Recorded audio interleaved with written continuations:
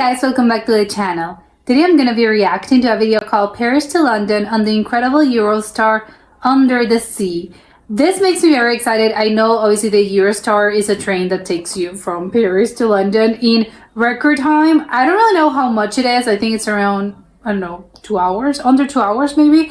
I don't know how fast it is, but I'm excited. So let's check it out and comment, like and subscribe. Hello, and welcome back to another video. Today I am in Paris, France, where I will be travelling from Paris Gare du Nord beneath the English Channel to London St Pancras on board a high-speed Eurostar train. I'm in standard class for this journey on one of their new Volaro trains. So, let's go! So it's standard, it's not even sort of the fancy ticket.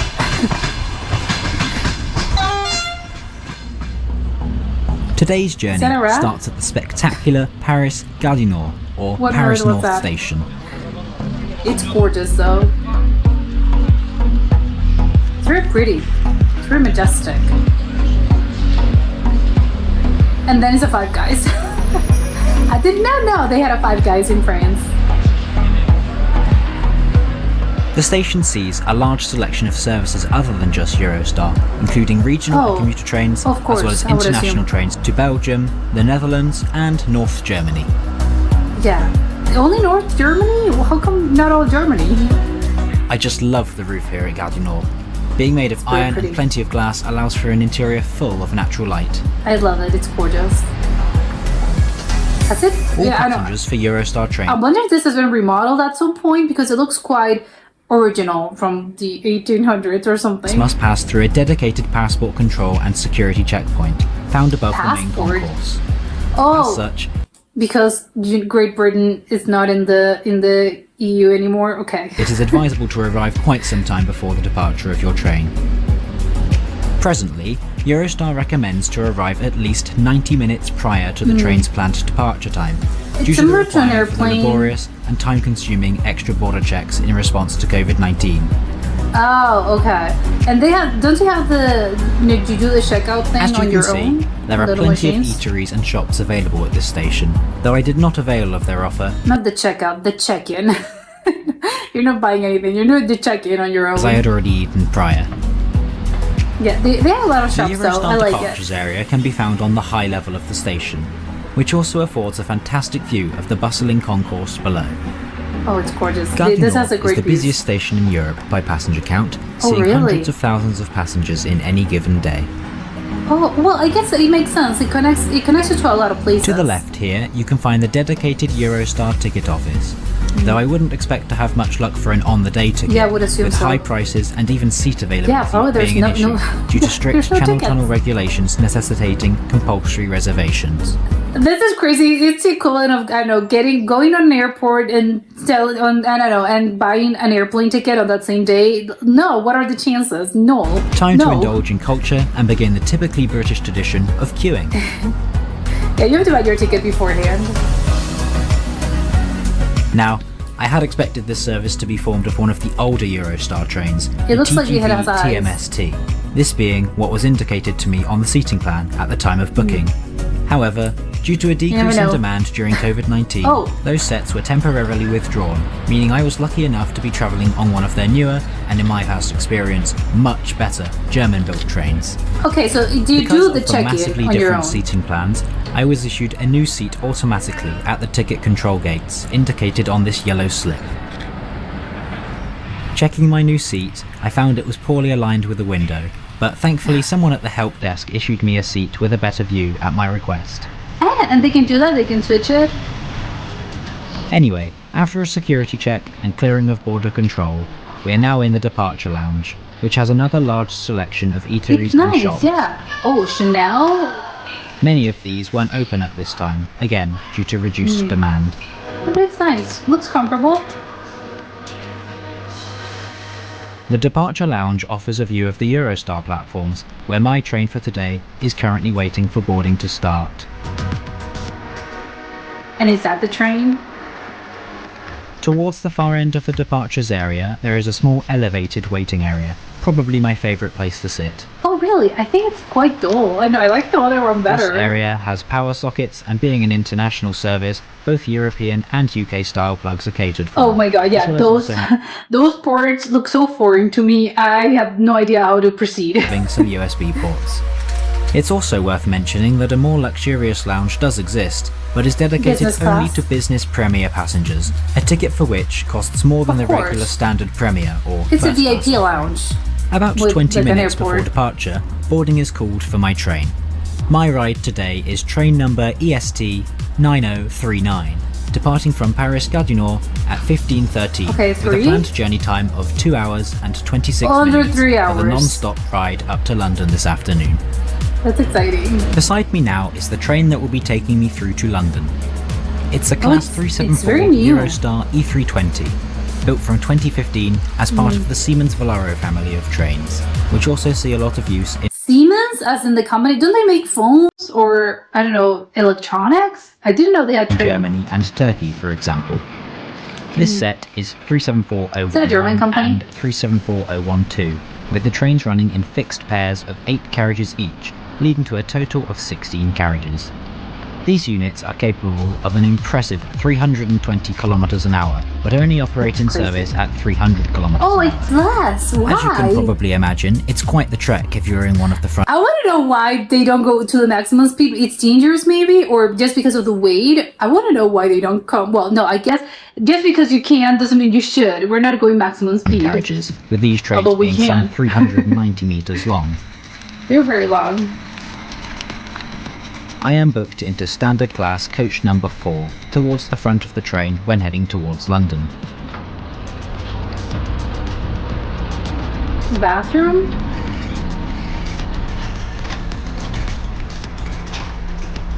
This is oh, the seat because on the left. yeah, it's so Coach empty. number 4, seat the first number one in? 93, a forward-facing aisle seat. At the time of recording, Eurostar was only selling every other place, which means I was free to take the adjacent window seat. And naturally, I made sure I took this Of opportunity. course. I was thinking the space, you know, the leg space doesn't look that big, but maybe that was just the angle. I was expecting more, more space. You know, you're Today's tall, route that could be quite begins in the uncomfortable. centre of Paris at the massive and marvellous Gare du Nord. Oh, that's how it looks from the outside. Oh my god, it's very We run pretty. through the northern suburbs of the capital before speeding through the French God. countryside This is- and this enter is the dizzy. famous Channel Tunnel at Coquelles. Okay, I'm gonna rewind this for a second. There's French okay, countryside there's a and sharp enter the famous yeah, there's a hairpin turn at some point, which is literally a square. Which oh my god. Okay, Channel Tunnel sure. at Coquelles.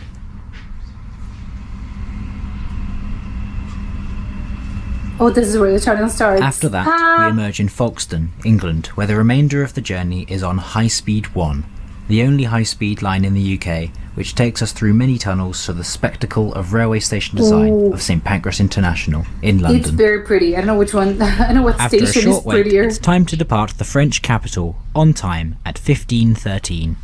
Great. So no delays.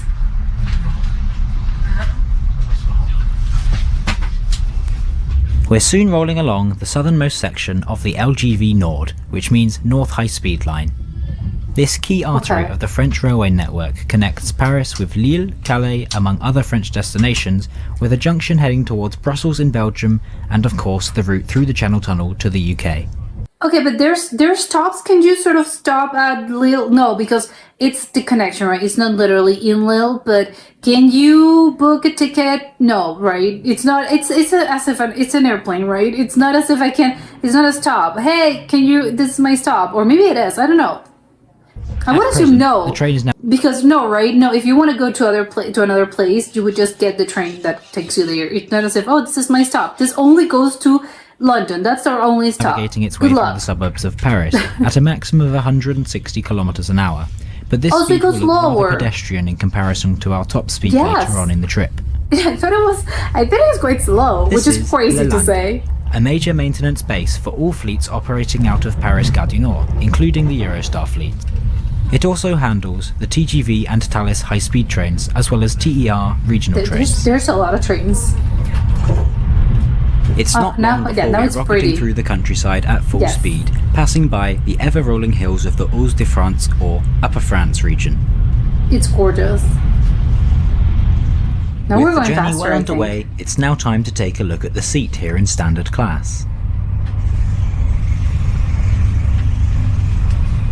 Starting off with perhaps the most important aspect, the level of seat comfort.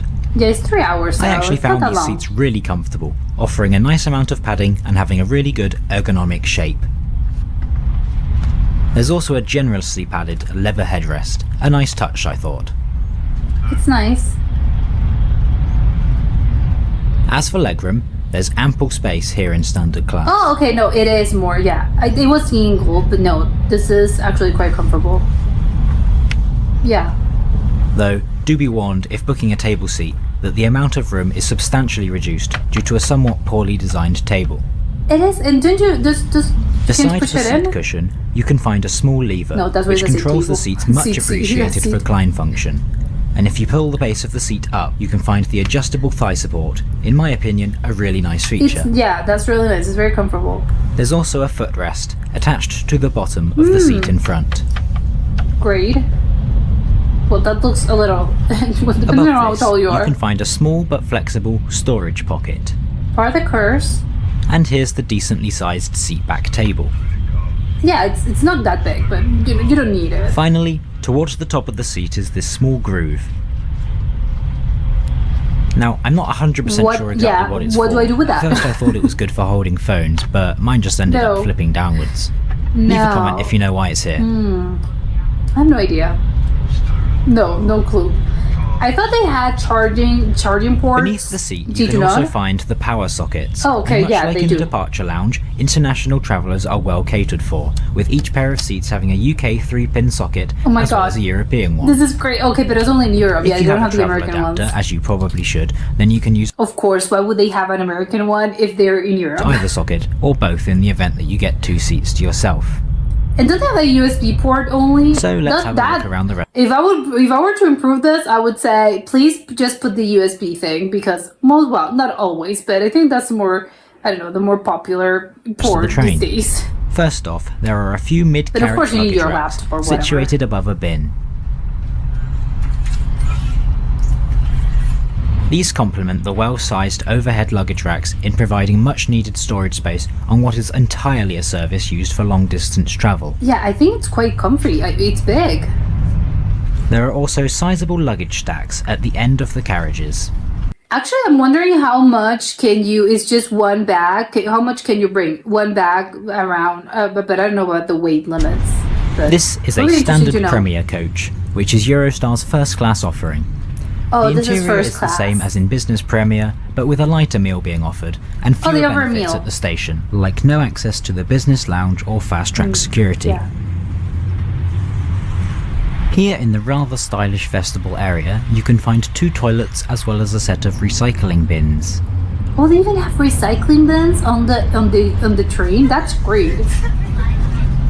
In both coach number 8 and number 9, you can find the bar area. Oh, they have a bar. Eurostar Oh. refers to this as Café Métropole, though unfortunately it was closed at the time of recording, and Oh so no catering was available. Oh, that makes me sad. I want to know what it offered. Still, I really liked the modern abstract design of the carriage interior. Yeah, it's very, I don't know, space looking? Having a look at the Spaceship prices looking? though, I noticed they are very expensive, even by Oh, how expensive it is. Okay, let's see. Slow roast toast and lentil soup, €4. Oh, it's €5. That's not that expensive to me. Am I crazy? A blueberry muffin, it's €2.10. Well, I don't know. The prices these days, am I on-train crazy? I don't standards think...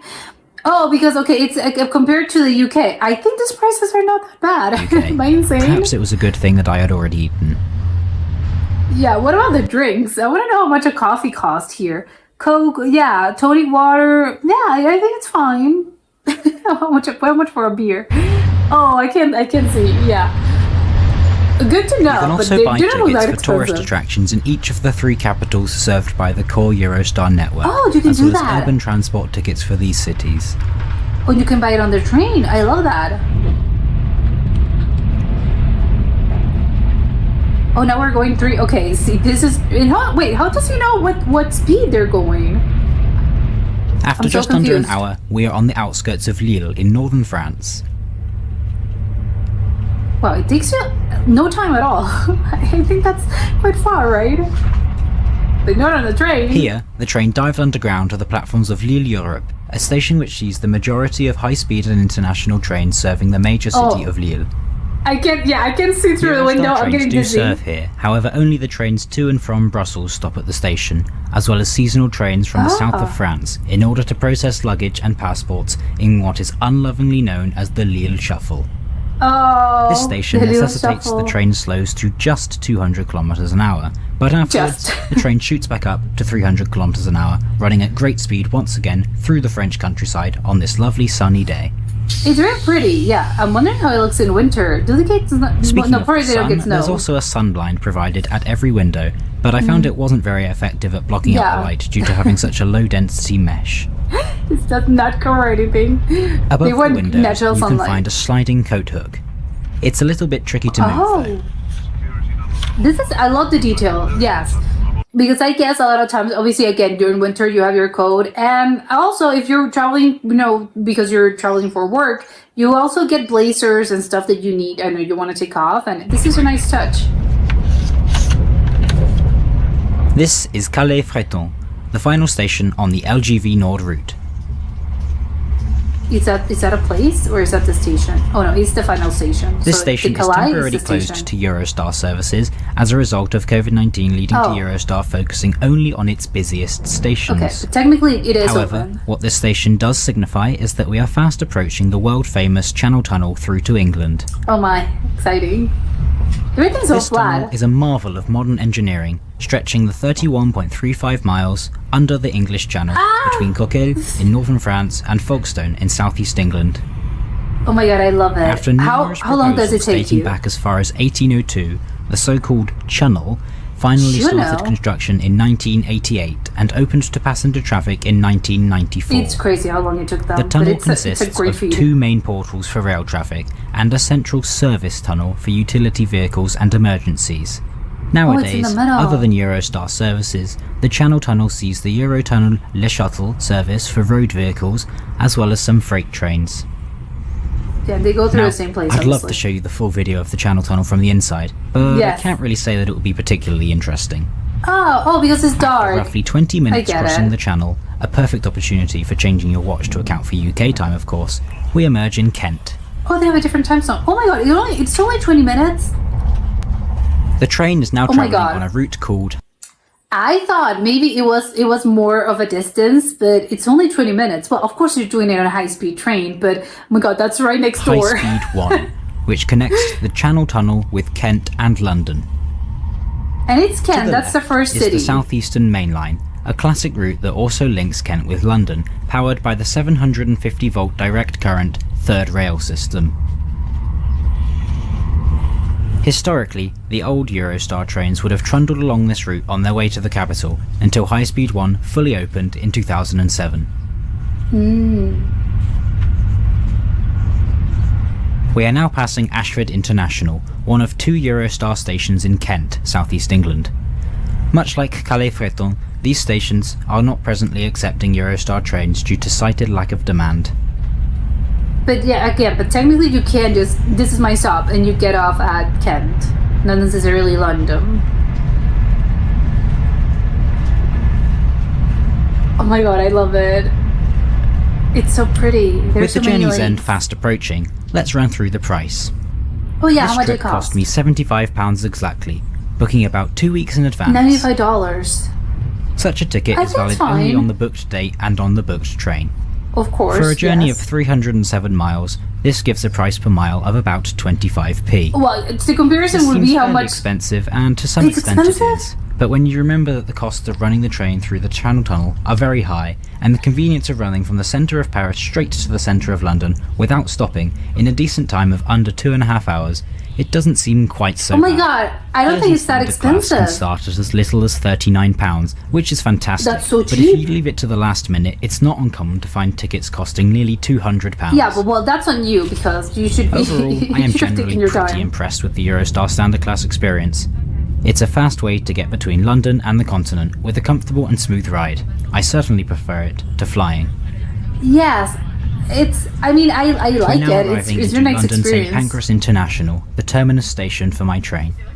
Arrival today is an impressive 8 minutes early at 16:31. Oh my god, they beat their time. St Pancras International has long been one of my favourite train stations anywhere in the world, not only because of its stunning train shed, but also because it is symbolic of international rail travel from the UK and the many incredible adventures you can have. Yeah, because of course she's British. She's returning home, basically.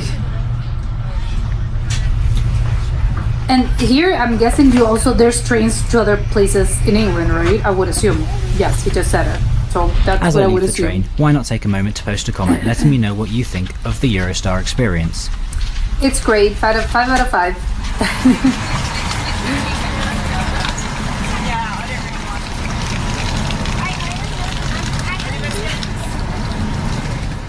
Thanks for watching my video on Eurostar. If you enjoyed it, then be sure to leave a like, and for more similar content, subscribe to the channel. I hope you enjoyed the video, and I look forward to seeing you again on my next journey.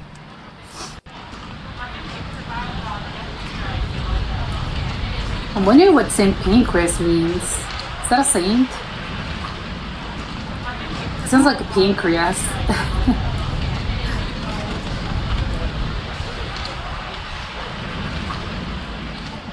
Well, I think I love the experience. I was thinking about the because obviously again this was during COVID, so of course there's gonna be less travelers and stuff.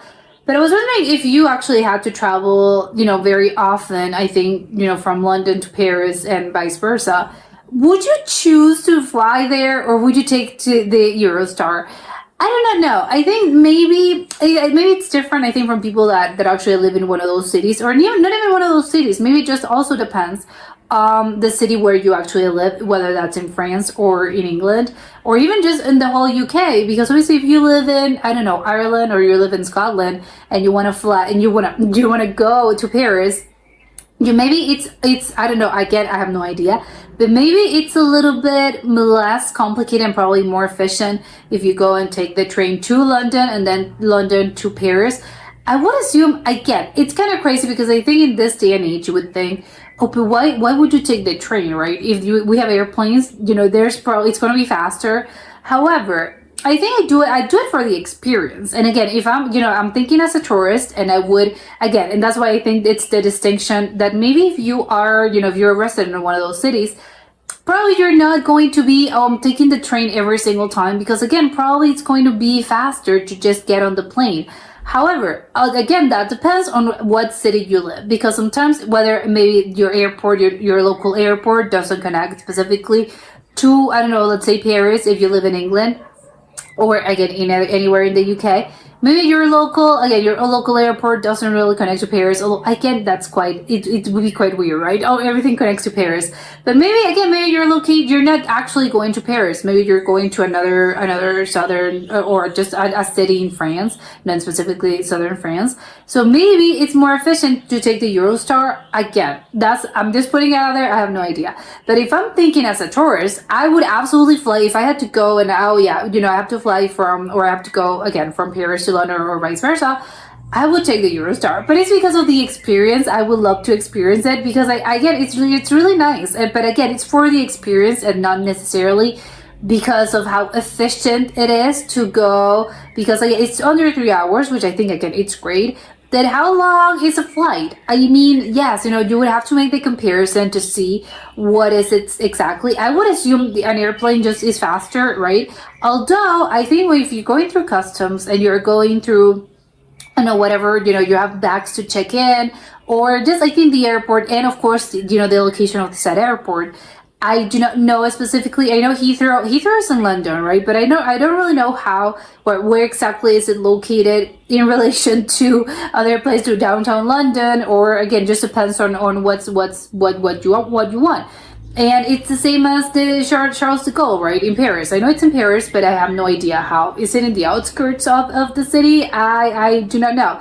So again, maybe you would think, yes, technically it's faster to fly there. Then with the whole airport, you have to find, you don't have to find parking because I'm assuming, again, you're a tourist, you don't have a car. But it's, yeah, you have to go by train, or by bus, or by you take a cab. However it is, it's going to take you sometimes to get there. And again, airports tend to be super crowded. Well, not that, well, the station in this case, it was looking quite, I mean, it wasn't looking that crowded, but maybe it's just in this specific day. But I think airports are just generally very busy all the time. So again, if you don't like crowds, or you feel as if I'm wasting more time here. Although here they tell you I think it was 90 minutes, right? It tells you that you should definitely arrive 90 minutes before your train. So it's an hour and a half plus the 2.5 hours. So it's around 5 hours that you technically lose. If what you want is efficiency.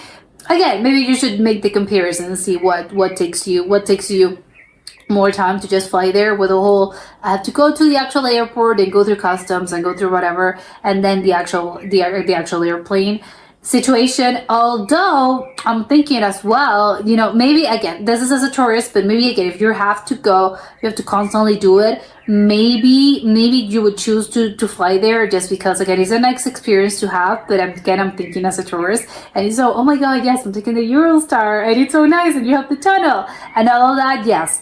But if you have to do this, because again, this is right at your fingertips, and you have to do this maybe a couple of times a month, or a couple of times a year, maybe you're thinking, no, it's really not that efficient to me, and I would choose to fly there. But also, again, maybe some people are just not that fond of flying. Not everyone likes airplanes. I'm thinking some people are, they are scared of flying because of one reason or the other. So it's really good to have options.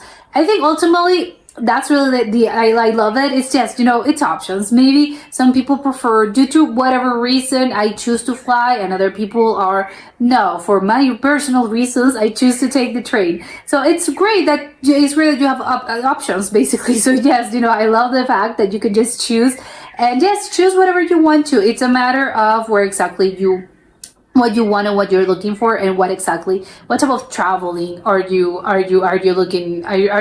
interested in. Because again, it's one thing if you're traveling because of work, or you're traveling, I don't know, to a wedding or something, and it's another to just, because I'm a tourist and I just want to go to London and that's it. Yeah, of course, it just depends. And of course, the cost, something very important. He mentioned it was I thought it was actually on the cheaper side. But he mentioned you can actually get them as cheap as 40 euros. I have no idea how much is that in dollars. Maybe around $50. I think. Let's say 50. I think it's great. But maybe airplane tickets are a little bit more expensive. It's what I would assume. However, I have no idea. Maybe it is, because I know that in Europe, plane tickets tend to be quite cheap. Not maybe in this specific time in history, but usually, barring something happening, it's usually the case in which airplane tickets are cheaper. So maybe it is cheaper. Although I was surprised, actually. To be honest, I'd be super shocked if you would be able to find a Paris to London for under, let's say under 40 euros. In this case, maybe not, because again, we all know the situation, but under normal circumstances, I actually do not know if that's possible. So yeah, of course, if you're trying to save money, yeah, obviously take the train. It's not, because it's not that bad.